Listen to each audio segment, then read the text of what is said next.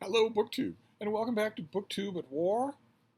This is a inaugural BookTube event for 2023, starting off this year. It's been wonderful. It's been the month of July, reading military literature, all kinds, any kind of military literature, fiction, nonfiction, poetry, memoir, science fiction, fantasy, uh, and I've been having a blast. I've thrown myself into it feet first to BookTube at War, and I've loved it. And it ends today. Not the reading of such things, as I said yesterday. I'm always reading such things, and I'm always getting them in the mail. Publishers, they're military stuff of all kinds. It's very active. It's a very active thing. So I'm going to continue to do that, and I will, I guess, continue to make field reports for BookTube at War, and we'll wait for it to come around next year. But I wanted to finish up the official field reports for BookTube at War itself in July with my final pick for the month, an epic war in which the world itself was almost lost. I'm referring, of course, to the Avengers Defenders War.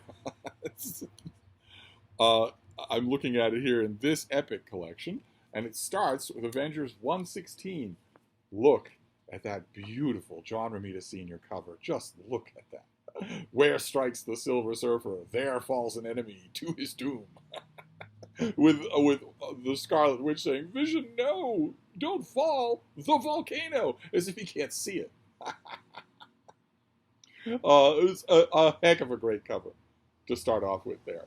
And this was a crossover written by Steve Englehart with artwork by either Sal Buscema or Bob Brown, who's not that well known anymore. It didn't do nearly as much work as Sal Buscema ended up doing.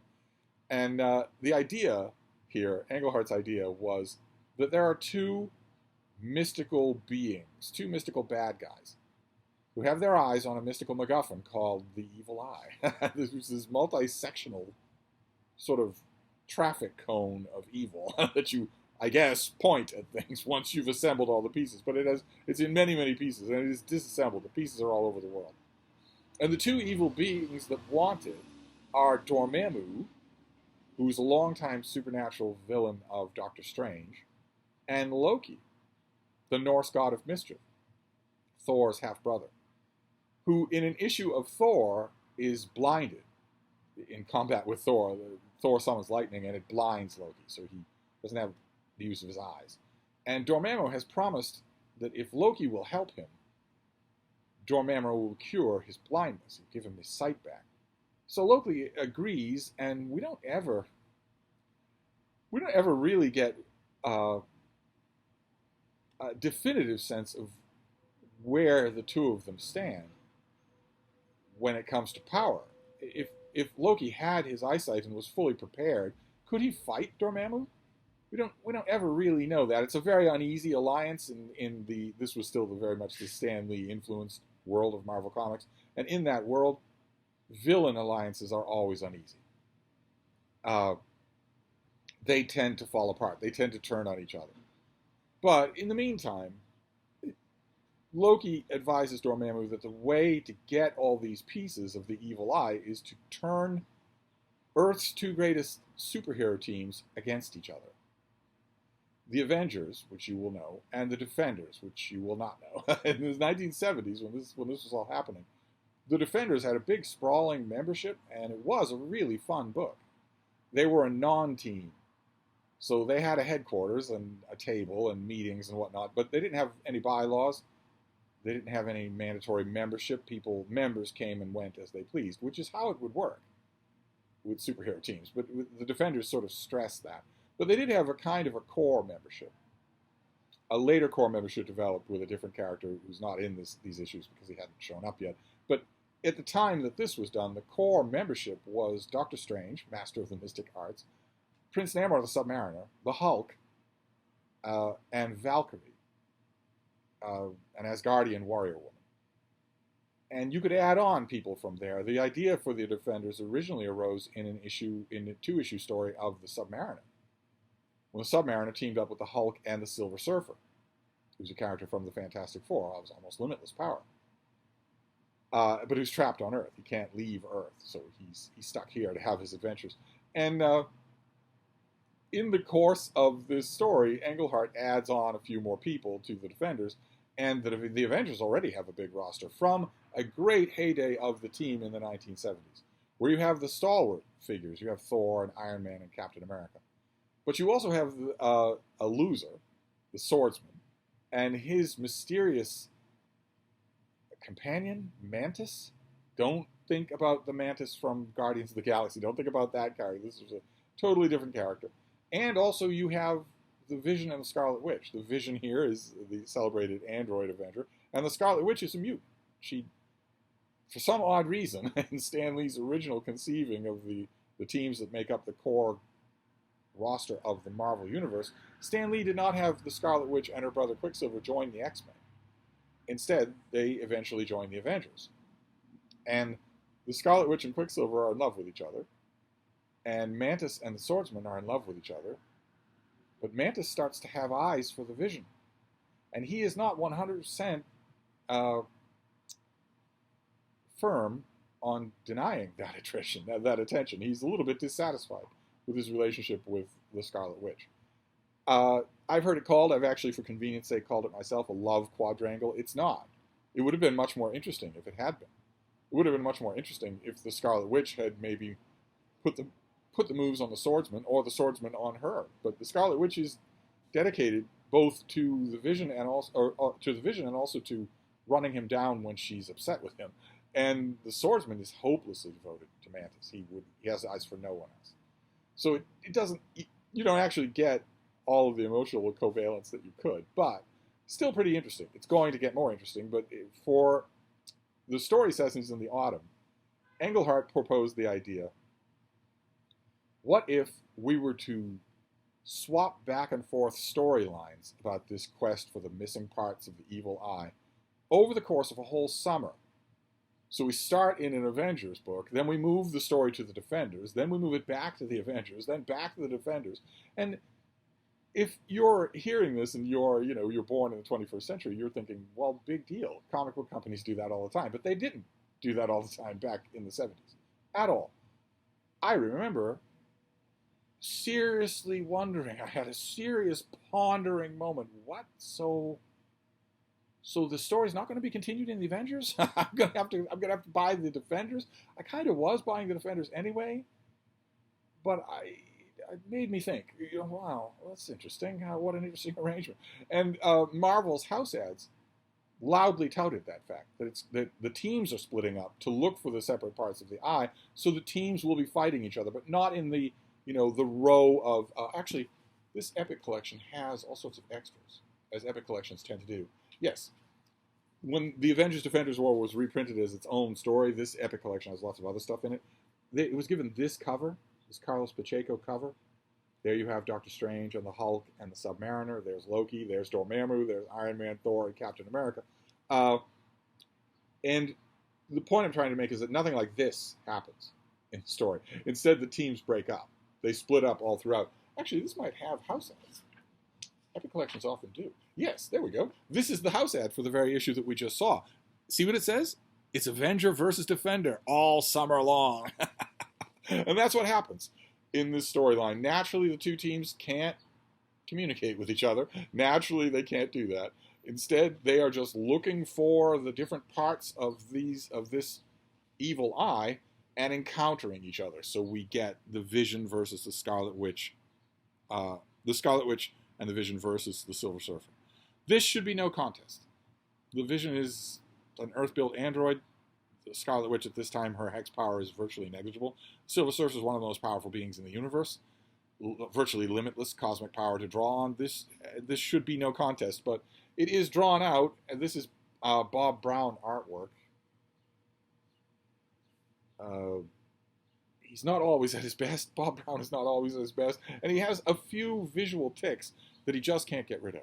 As far as Bob Brown is concerned, anything that someone emits, that their superpower emits, is a battering ram. It's just going to knock someone through a wall, no matter what it is. The Vision can emit heat beams from his eyes. They aren't force.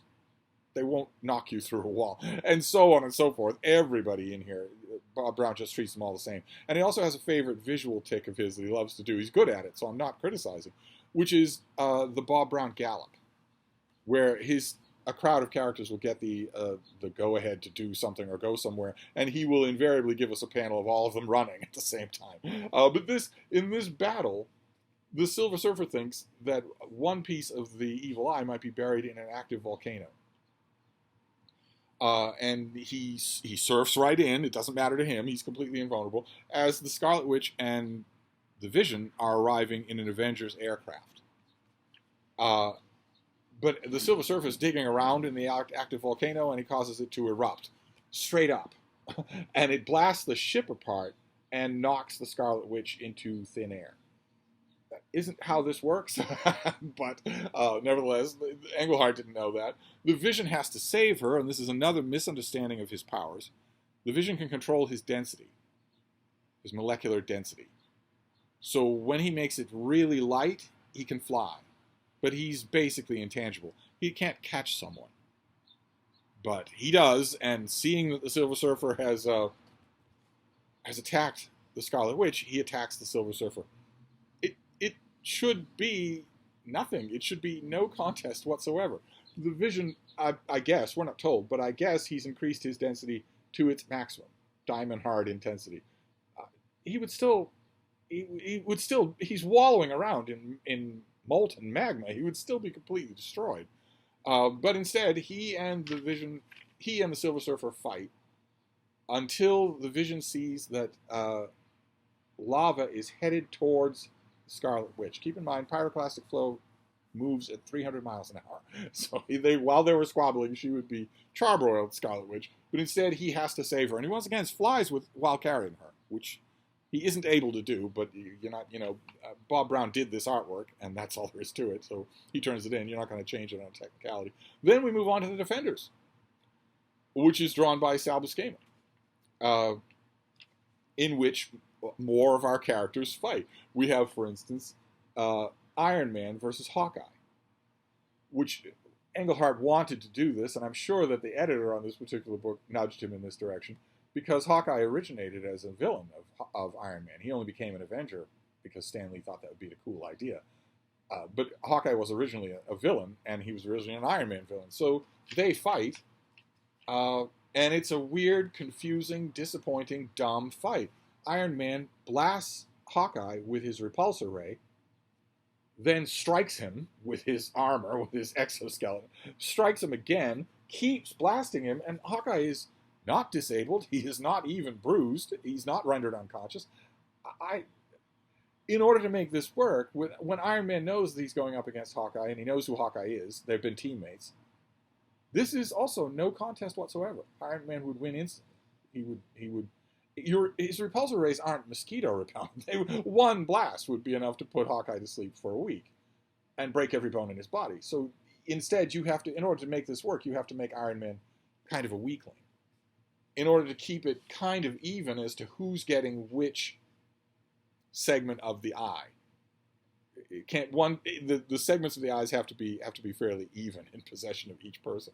Then we have one of the greatest mismatches of them all. We have Doctor Strange versus the Black Panther and Mantis.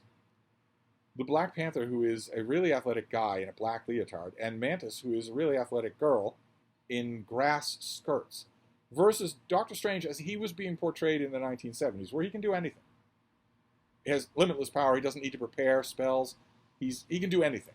In this storyline, he just routinely erases people's memories with spells, changes their memories, very selective. It affects the whole world at one time.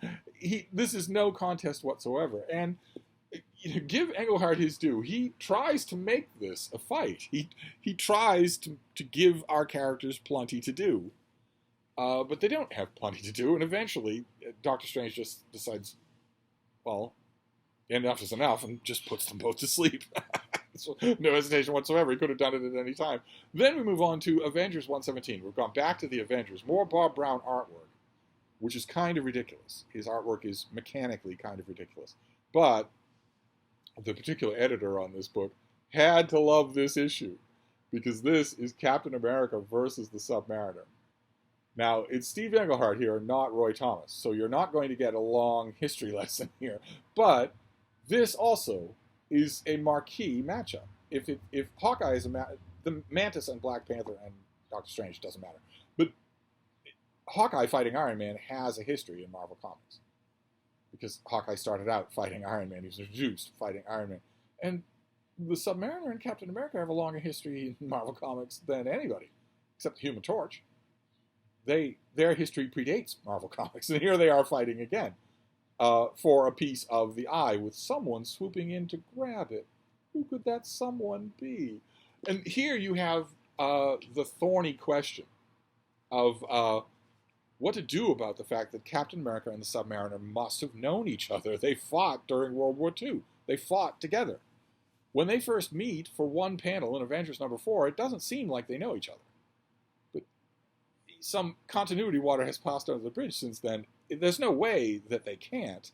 But how well did they? Did they actually fight together in World War II? Believe it or not, although that continuity is absolutely settled now, it wasn't back in the 70s. So Englehart didn't know what to do. So he clears his throat first with another matchup. we have a couple more, another Defender and another Avenger to do. And that is the Swordsman versus Valkyrie. Both of these characters originated in Marvel Comics as villains. And both of them have changed. All this time we're getting parlays between Loki and Dormammu. Why they trust each other even a second, I don't know. But in this comic, at this particular time in Marvel continuity, Valkyrie was a super powerful body being inhabited by the memories, by the personality of a human woman. Later on in the Defenders, much, much later on, dozens and dozens and dozens of issues after this, that melding of the minds is separated and Valkyrie gets her actual personality back as an Asgardian and becomes much more powerful. She becomes her normal self. Here, it's not quite the same. Valkyrie, the portrayal of Valkyrie in the first 40 issues of the Defenders back in the 70s and early 80s is fascinating. It is fascinating. If people did Marvel Comics term papers, I would love to see one on that character. But she and the Swordsman fight. It's a natural matchup. They are both characters, one from each team, whose shtick is that they have a sword. But they're not very evenly balanced. Yes, the Swordsman has defeated all of the Avengers at one point, all by himself. And so has a previous incarnation of Valkyrie. But in this present incarnation, Valkyrie might not be as strong as the Hulk. She might not be even as strong as her fully Asgardian self, but she can still lift 10 or 11, 12 tons. And it has at least as much combat experience as the Swordsman. For some reason, the Swordsman tends, in this combat, it's kind of interestingly done by Bob Brown, but for some reason in this combat, Swordsman doesn't choose to use any of the weird things, the gimmicks that his sword could do. Instead, he just fights, dueling. But he shouldn't have a chance against Valkyrie. She tells him that. She says, I may not match your skill, but I excel you in strength. And when it comes time to defeat him, she does just easily do that with the flat of her sword. These people always hit people with the flat of their sword. And she salutes him. He loses, of course. The Swordsman always loses. But then we move to Osaka, where Captain America encounters the Submariner. And they have all sorts of conversation, but we don't know. It's never really clear how well they know each other. The only reference that's made is to that one panel in Avengers #4, not to the All-Winners Squad, not to World War II. Although there are mentions of World War II that are very touching. There's one piece of dialogue that I really like. Let me see here. Yes, Submariner has the temporary upper hand, and he says, to think that as a youth, I played war with my Atlantean cousin Bira, and I usually choose to be the American. I guarantee you, beyond a shadow of a doubt, Steve Englehart did not remember Prince Bira. That was the editor on this book.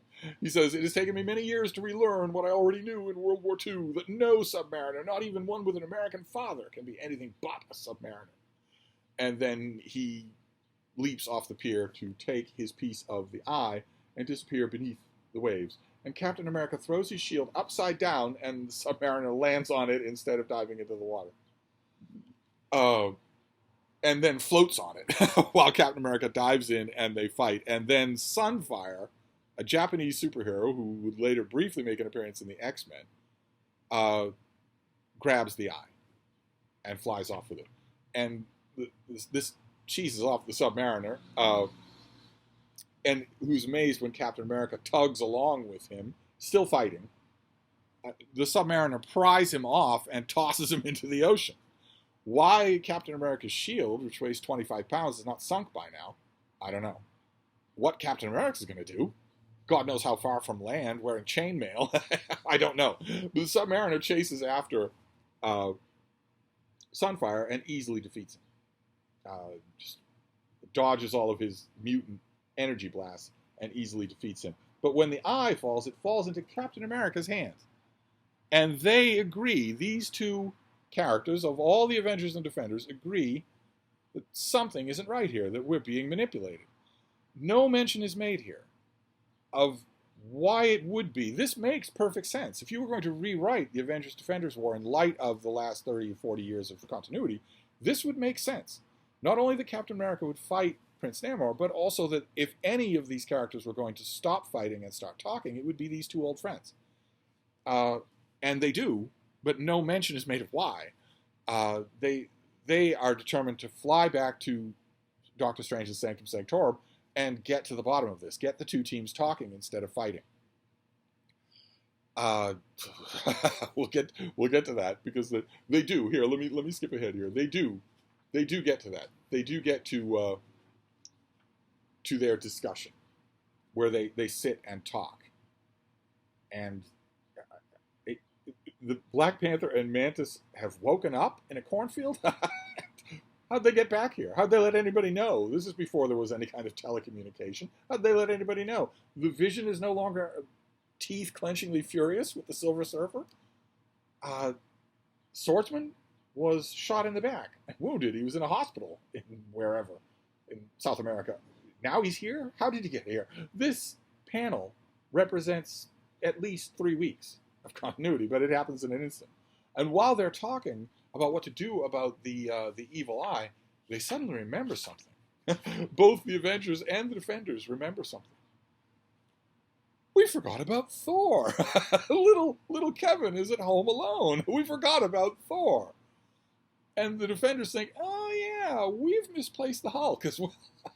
Because the Hulk is in San Francisco to find his segment of the evil eye, and Thor goes there to stop him. The two most powerful characters in the Marvel Universe are about to duke it out in a gigantic populated city. And the Avengers and Defenders have that long cocktail party scene before they even realize that these two aren't there. Rereading this for BookTube at War, I kept thinking about that great William Hurt line from the Avengers.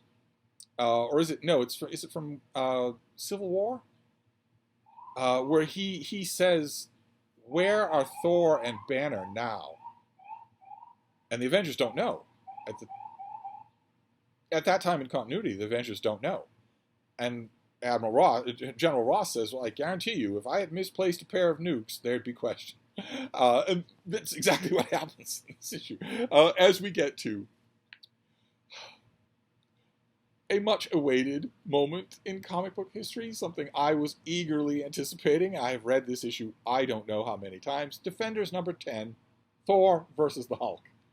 Where the Hulk ends up in San Francisco and immediately starts digging for his piece of the eye, just as Thor is arriving to stop him. And the narration says, would you agree that in the realm of comics, these two beings are the best there are, the only true titans? Then let the clash begin. And the Hulk gets first blood. Thor says, as Avenger to Avenger, because the Hulk originally was an Avenger, and the Hulk says, Hulk was an Avenger once, didn't like it, and bashes Thor to a wall. And then they start fighting with each other. Thor recalls the last time they fought, which was inconclusive. We have the crowd scene. That police officer is using a phone. That is a telephone that he's using on a phone pole to call his dispatch. Just in case you knew. And Thor, the Hulk grabs Thor's cape and spins him into the ground like a top. But then the ground shakes underneath him because Thor is, the Hulk says, that's impossible. You're not as strong as thee. Nay, Thor, be stronger. The Hulk is fed up with Thor's hammer, so he tries to grab it, but of course he can't move it. Thor pounds on him and pounds on him again. And then they lunge at each other. Thor actually says, "By my troth, he hath turned berserk. Naught but my death will satisfy him now." And Thor says, "Hulk, waiting, Thor." And Thor says, "Here I stand, Hulk." And then they smash into each other. And minutes turn into quarter hours. And then an hour as they just stand there straining with each other. These two beings. Until they are interrupted by their teammates. And that's when the Defenders Avengers War proper ends. Because our two teams team up against Dormammu. And we have Sal Buscema showing this was something that comic book fans just plotzed over. See all of these heroes all in one place. That is just terrific. And give Bob Brown his credit. When it's his turn, this ends this issue. When it's his turn to start the next issue with the same scene, he makes it much more dramatic. That is a much more dramatic rendition of the same panel. And then we have the Avengers fighting Dormammu, who's using the evil eye to turn everyone on Earth into rampaging monsters. So for one of the only times that we see in this era of Marvel Comics, we see all of the Marvel Universe fighting these monsters. There's the Fantastic Four and Spider-Man, the Inhumans, Man-Thing, Ghost Rider, Kazar, Luke Cage, Power Man. We even have Thanos. That's Adam Warlock in his old costume. There's Dracula, even Doctor Doom. They're all fighting these things desperately. As the Avengers assemble and fight. See what I meant by Bob Brown always has characters running in groups. The Avengers get together and fight Dormammu with the last-minute unintended assistance of Loki. And all is well. But the war is already... They might be fighting Dormammu, but he's just a supervillain. The war in question here, to end out BookTube at War, is the Avengers Defenders War. Which is what this volume is called, even though this is the cover that we use. No offense to John Romita Sr., this is a terrific John Romita Sr. cover, but I think we can agree, since you did me the favor of reprinting the thing, we might as well show it. That is the cover that they used for this volume. I think we can agree that that is a better cover. But no. But anyway, that is the Avengers Defenders War, which for a whole summer made me a very happy camper as a comic book fan. And that is going to end BookTube at War for 2023. I will do periodic updates from now on. I'll do individual videos for the military, some of the military stuff that I read. But I'm hoping that you all did some reading for BookTube at War. I've watched a few videos that I really liked. Those of you who don't make videos, I'm hoping that you did some reading and that maybe you got a new favorite kind of reading. Military reading of any kind has always been a favorite of mine. But it was a wonderful time. It was a wonderful event. I made as many videos as I could. I wanted to make one every day. But we're going to close out one BookTube event and open up another. So I will see you all tomorrow. Thank you, BookTube.